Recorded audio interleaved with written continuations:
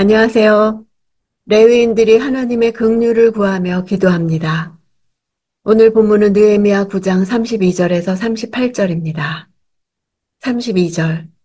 우리 하나님이시여, 주의 언약과 사랑을 지키시는 위대하고 강하고 두려운 하나님이시여, 아시리아 왕들이 쳐들어온 날로부터 오늘까지 우리와 우리 왕들과 우리 왕자들과 우리 제사장들과 우리 예언자들과 우리 조상들과 주의 모든 백성들이 겪은 이 모든 고난을 작은 것으로 여기지 마소서.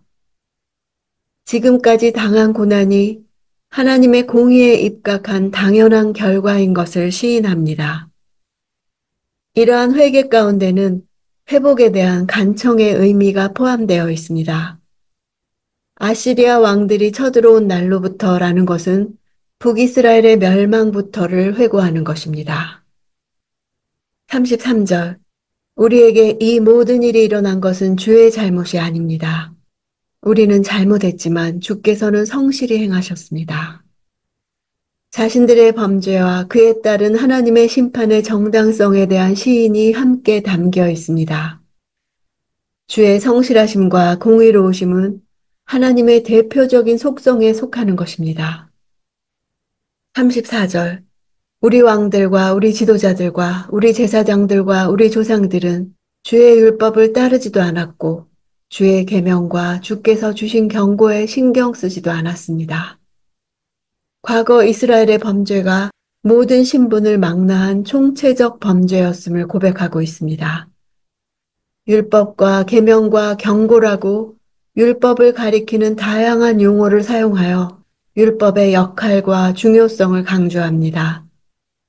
이렇게 이스라엘의 역사를 회고하며 반복적으로 강조하며 죄악들을 심도 있게 고백하는 것은 그 죄악에 대해 이들이 그만큼 바른 인식을 하고 있었고 진실하게 참회하고 있음을 보여줍니다. 35절. 그들은 그 나라에 살면서 주가 그들 앞에 두신 넓고 비옥한 땅에서 주가 주신 큰 복을 누리면서도 주를 섬기지도 않고 그 악한 길에서 돌이키지도 않았습니다. 왕들과 지도자들과 제사장들은 하나님이 허락하신 언약의 성취를 실제적으로 경험했던 것입니다. 하나님은 언약을 성취하심으로 넓고 비옥한 땅에서 큰 복을 누리게 하셨습니다. 이스라엘 백성들은 하나님이 허락하신 언약의 성취를 실제적으로 경험했던 것입니다. 하나님은 언약을 성취하심으로 넓고 비옥한 땅에서 큰 복을 누리게 하셨습니다. 그에 대한 반응은 배은망덕이었습니다. 조상들이 얼마나 하나님 앞에 완악했는지를 말하며 그들이 심판을 당한 것이 당연한 귀결임을 나타냅니다. 36절. 그러나 보소서, 우리가 오늘 종이 됐습니다. 주께서 우리 조상들에게 그 땅이 내는 과일과 다른 좋은 것들을 먹으라고 주신 그 땅에서 우리가 종이 됐습니다. 레위인들은 다시금 이스라엘 자손이 종의 처지로 전락하게 된 현실을 말하고 있습니다. 이스라엘의 이러한 현실에는 이중적인 고통이 있었습니다. 하나는 과거 이집트에서 종되었던 역사를 되풀이하는 고통이었고, 다른 하나는 주께서 조상들에게 주신 그 땅에서 종이 되는 고통이었습니다. 이것은 이스라엘의 역사가 다시 구원 이전의 상태로 회귀함을 의미합니다.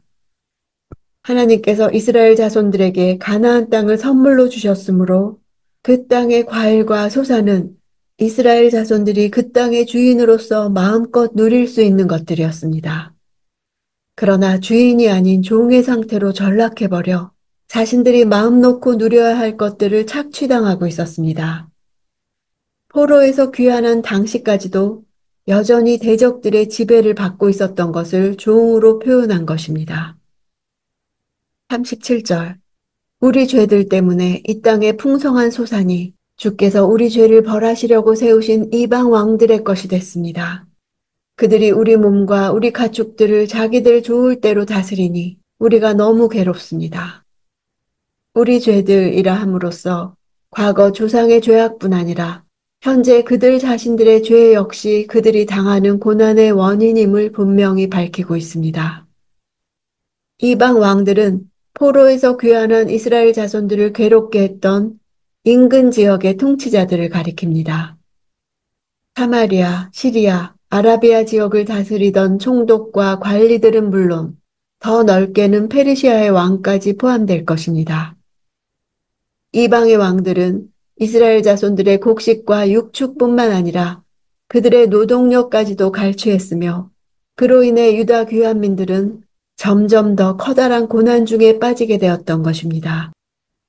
이 괴로움은 페르시아나 유다보다 상위 행정 단위였던 시리아의 통치자들이 부과한 세금이나 사마리아 등 경쟁 관계에 있었던 지역의 총독들에 의한 경제적 압박 등이 포함될 것입니다.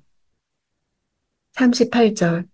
이 모든 것을 생각하며 우리가 언약을 굳게 세웁니다. 이것을 문서로 남기고 우리 지도자들과 우리 레위 사람들과 우리 제사장들이 서명을 합니다. 언약이란 단어를 보통 언약을 말할 때 쓰는 단어 대신 아브라함의 마음이 주께 신실했다 할 때와 같은 단어를 썼습니다. 신실이란 단어가 언약이란 의미로 사용된 경우는 성경에서 이곳이 유일합니다. 의도적으로 이 단어를 사용하여 앞으로 체결되는 언약을 아브라함 언약의 연속으로 간주하는 것입니다. 하나님이 언약에 진실하셨던 것처럼 이제 이스라엘 백성들도 언약을 세워 신실하게 그 언약을 준행하겠다는 굳은 결의를 내비치고 있습니다. 그들은 자신들의 굳은 결의를 분명히 하기 위해 서명하는 방법을 취합니다. 굳게란 단어는 히브리어 아멘의 여성형입니다. 따라서 언약을 굳게 세운다는 것은 언약에 대해 아멘한다는 것입니다.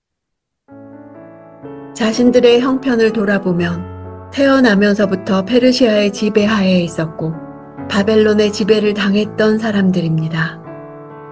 이방 왕을 섬기고 세금을 내면서 사는 것을 당연하게 받아들이고 있었습니다. 그러나 율법을 알게 되면서 이것이 당연한 것이 아니라 현재 자신들이 형편없는 상태로 떨어져 있다는 것을 깨닫게 됩니다. 아브라함부터 시작해서 1000년이 넘는 역사를 밝히 보게 되는 역사관을 갖게 된 것입니다. 그들의 간절한 소망은 페르시아 왕의 통치가 이스라엘 하나님 여호와의 통치로 바뀌는 것입니다. 그분이 진정한 이스라엘의 왕이시기 때문입니다. 현재 나의 상황은 누구의 다스림을 받고 있는 상황입니까?